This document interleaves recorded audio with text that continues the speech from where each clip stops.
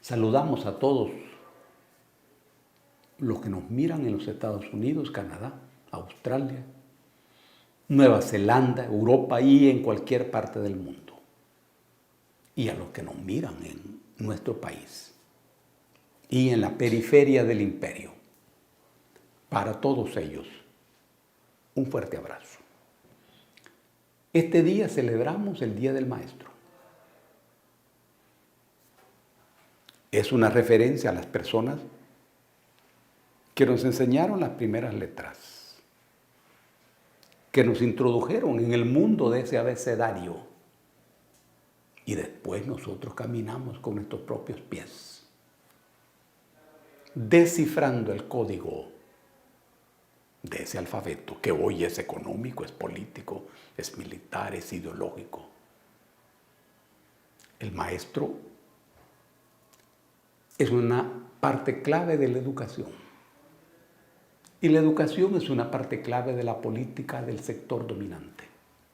Por eso rendimos homenaje a esos hombres y esas mujeres que trabajan día a día para llevarnos la luz al cerebro y que después nosotros podamos alumbrar todos los rincones de la realidad. Este día de junio, en Europa, pero en 1941, Adolfo Hitler y los nazis alemanes iniciaron la invasión a la Unión Soviética. Es importante hacer referencia a este hecho ominoso, porque este era un cálculo no solo de los nazis alemanes, sino de la burguesía planetaria. Un cálculo complicado, porque soñaban con que Alemania desangrara a la Unión Soviética y que se desangrara a sí misma. Pero Occidente se equivocó y los nazis alemanes también se equivocaron. Porque 4 años después las tropas del ejército soviético toman Berlín. Derrotaron a los nazis. Esa derrota sigue sonando hasta nuestros días. Alto costo del pueblo soviético, con brillante ejecutoria de los jefes del ejército soviético. Rendimos homenaje a ese pueblo maravilloso y al socialismo que posibilitó la derrota sobre las hordas nazis alemanas. El 14 de junio de 1845 nació en Cuba Antonio Maceo, hijo de María Grajales y de una familia de revolucionarios cubanos. Maceo, un brillante jefe militar, es el titán de bronce. A la sombra de Maceo, en Santiago de Cuba, en el cementerio Santa Ifigenia, está enterrado Fidel. Es uno de los hombres que guían la lucha de ese pueblo heroico, el pueblo cubano. Homenaje eterno a Antonio Maceo. Y el 14 de junio de 1928 nació en Rosario Ernesto Guevara de la Serna, a quien Cuba construiría como el Che, el guerrillero heroico, un hombre de gran capacidad intelectual, de gran valía política, honesto a toda cosa y valiente como nadie, que pudo ver lo que podía ocurrir en el mundo. La figura, el ejemplo y el pensamiento del Che son cada día más necesarios, no solo en nuestros países, sino en todo el planeta. Este día vamos a examinar elementos fundamentales de la coyuntura de la situación política de El Salvador. Un primer elemento del que partimos es que el gobierno ha entrado a la segunda fase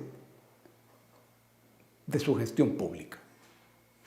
En la primera fase, hay que saberlo, el gobierno se dedicó fundamentalmente a la construcción de una correlación de fuerzas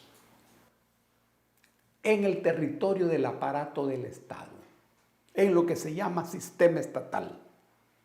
Asamblea, ejecutivo, judicial, fiscalía, tomando decisiones permitidas por la correlación de fuerzas que lo favorecen. Esa es la primera fase. Esta primera fase se ha ventilado, se ha discutido en los diarios, en la radio y en la televisión, pero eso ya es un hecho político. Con ese poder construido y con ese respaldo inmenso de la población expresado en los votos, el gobierno pasa a la segunda fase, que es esta en la que estamos hoy. Aquí las decisiones gubernamentales tienen que ver con la vida directa y primaria de la gente, con lo que la gente come, con lo que la gente compra, lo que necesita para vivir. En ese terreno está hoy el gobierno. Esto tiene dos momentos. Uno, el Bitcoin, y dos, la ley de aguas. Estas dos piezas son las que inauguran esta segunda fase política gubernamental. Los dos temas son de controversia. El Bitcoin ha despertado como nunca en toda esta crisis política un crecimiento de la oposición. Y aquí uno se tiene que dar cuenta cuán amenazante es para los intereses de los poderes establecidos este anuncio del Bitcoin.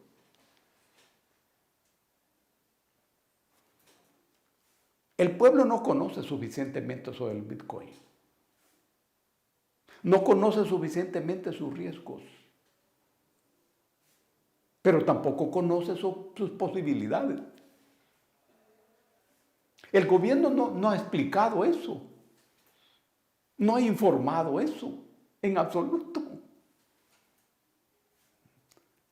De tal manera que la cancha de la lucha ideológica, que es fundamental, es ocupada plenamente y totalmente por la oposición. Esta oposición en el terreno interno está lanzando todos sus recursos. Todos sus recursos. Y ojo, no aparece ser fundamentalmente una oposición partidaria, porque los partidos están sin energía, sin capacidad de pensamiento y posiblemente sin opinión. La oposición interna es fundamentalmente clasista, basada en el poder de la oligarquía, sus aparatos ideológicos. Claro, se basa en las amenazas y los riesgos para la gente, como nunca antes. Vos encontrás en los aparatos ideológicos la gran preocupación, como nunca antes, sobre los intereses de los más pobres.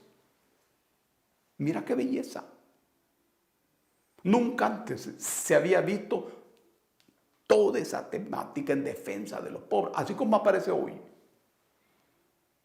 Pero en esta etapa están usando recursos externos, personajes estadounidenses.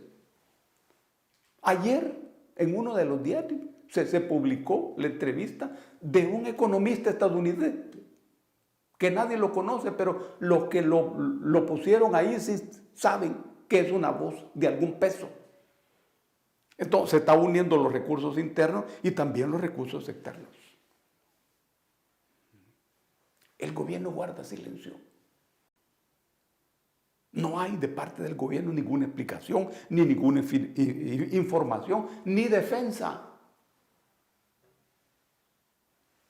En este momento el Bitcoin no tiene defensores. Es una situación bastante inusual. Sin duda el gobierno confiará en que toda esa maquinaria ideológica choca con la firmeza ideológica de los votos que lo tienen en el gobierno. Porque hay que decir que el ramaje organizativo que existe en el país, las organizaciones sindicales, los movimientos políticos, las organizaciones comunitarias, no tienen voz en este momento. No hay nada que prohíba la voz del pueblo organizado. Nada que lo impida también.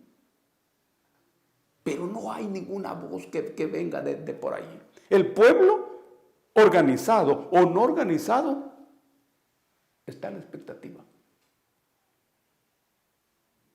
Por alguna razón no están en condición de defender al gobierno. Gobierno por el que presumiblemente han votado de manera masiva. Pero el gobierno, que depende de esos votos, por alguna razón, tampoco apela al pueblo. Tampoco se acerca al pueblo, a sus organizaciones. Mira qué situación, sui generis. Sui generis. Ahora, el ramaje organizativo disuelto, hay otro ramaje disuelto, no está siendo sustituido por el trabajo organizativo del gobierno. El gobierno, que se sepa, no está organizando a nadie y no está organizando nada. Mira qué situación.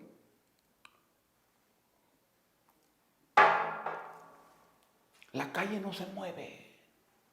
La calle está silente. Pero también está silente el mundo del pensamiento de las organizaciones populares. ¿Y les interesa el tema? Claro que les interesa. Ve qué fenomenología.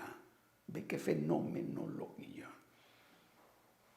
Uno piensa que el gobierno necesita explicar cuál es su política, cuál es su propósito. Sin duda tendrá aliados fuertes en el mundo de esos negocios de las monedas, sin duda. Ojo, los sectores oligárquicos también guardan silencio. Estoy diciendo de manera directa. Sus aparatos ideológicos están hablando minuto a minuto, segundo a segundo. Pero el silencio de esos sectores, el silencio directo, se deberá a que hasta ahora esos intereses económicos poderosos no han sido tocados. No han sido tocados. Porque sin duda, de alguna manera, el gobierno piensa que se puede elaborar y ejecutar un proyecto en beneficio de la gente sin tocar el poderío económico de los poderosos. ¿Será acaso que se piensa que la pobreza de la gente no tiene nada que ver con la riqueza de las minorías? ¿Se pensará que entre pobreza y riqueza no hay relación?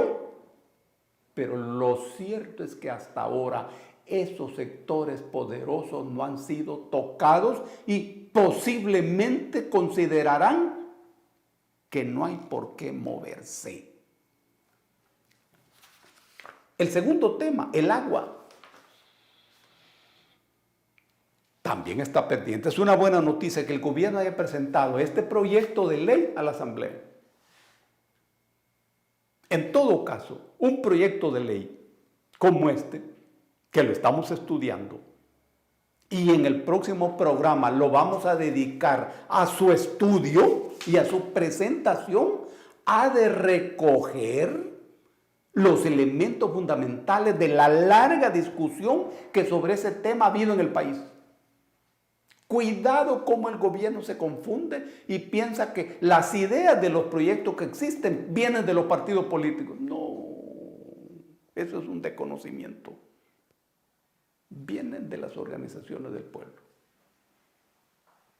Vienen de allí. Y eso debe ser tomado en cuenta y recogido. Sin falta, la autoridad máxima en el tema del agua, el comité de cuencas, las tarifas, la participación de la comunidad en este tema es cosa de vida o muerte en esta temática que es propio del derecho ambiental, que es la rama subversiva del derecho, la única rama subversiva del derecho. Esta es una discusión que apenas empieza, que no tiene plazos. No tiene plazos. Es cierto que este es un tema de larga discusión, pero la diferencia no ha de ser los plazos, sino la manera como se escucha y se toma en cuenta las posiciones de las organizaciones que vienen luchando por el agua.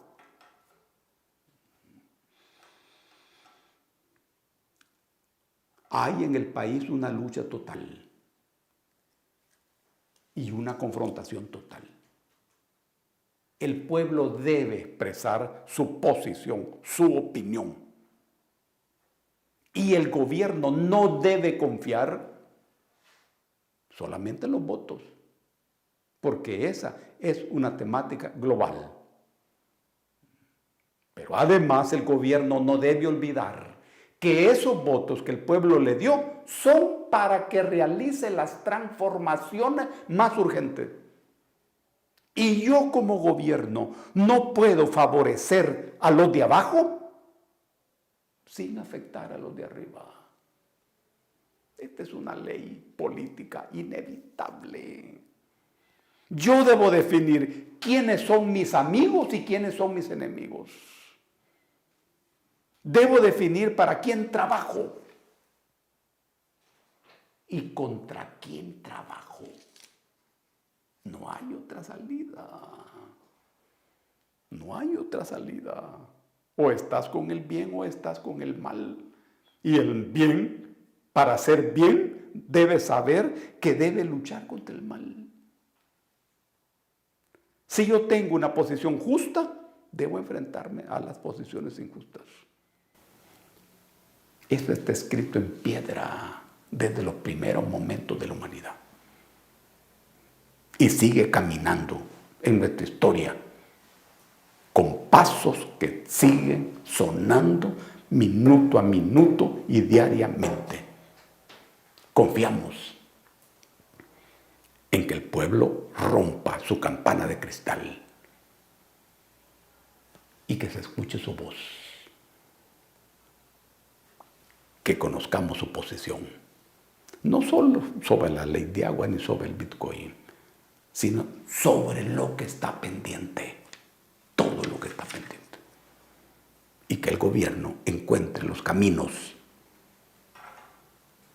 para abrirse a la gente, para superar debilidades. Los tiempos son cada vez más espesos y más pequeños. Un abrazo para todos y para todas.